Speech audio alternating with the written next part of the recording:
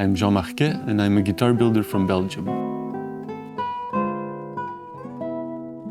I bought my first quality guitar in a very good guitar store in Antwerp, and because I spent quite a few dollars on it, I started looking at the details, and by looking at the woodwork, I started wondering how it was possible to make something like that. I had no idea, and so I started looking up some information, and I came upon the fact that guitar builders actually exist, and it's not all factory made. So that's how I discovered guitar building and how I got interested by it and was looking for a way to learn it myself. So I went to Cluny in France, where I did a kind of an internship for a month, where I built my first guitar. It was a gypsy jazz guitar, and after playing it for about 6 hours, I put it aside and I was ready to build the next one. And that's when I knew, okay, what interests me is building guitars, not just building guitars for me, just the process of building guitars. And that's how I started.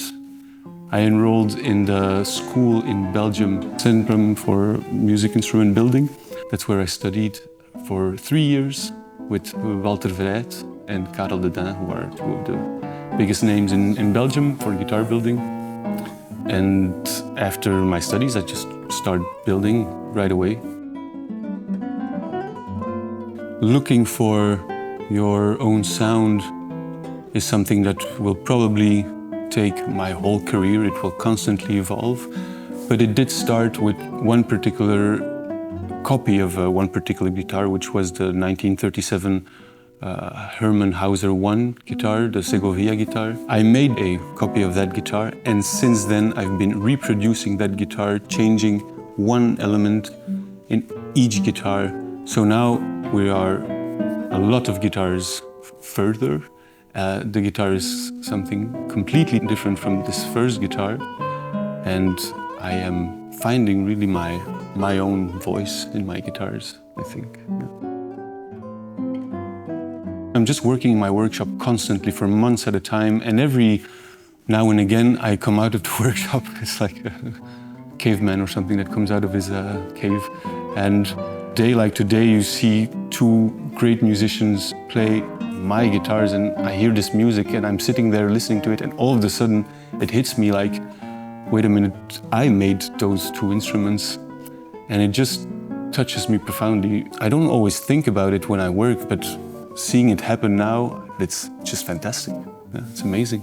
I don't think of all these modern technologies at all. It just doesn't, it isn't part of my life very much. It can help me to show perhaps what I do, but the thing I do, it's just with these and with the few tools I have at home. And that's the magical thing about it for me, is that I can control everything myself.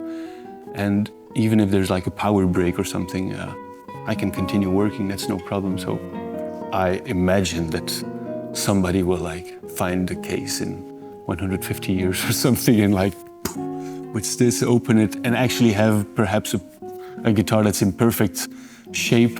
The techniques that I use are traditional techniques, but the knowledge of the building has gotten so much farther than it was, for example, 100 or 150 years ago, just because we have all those years extra compared to back then.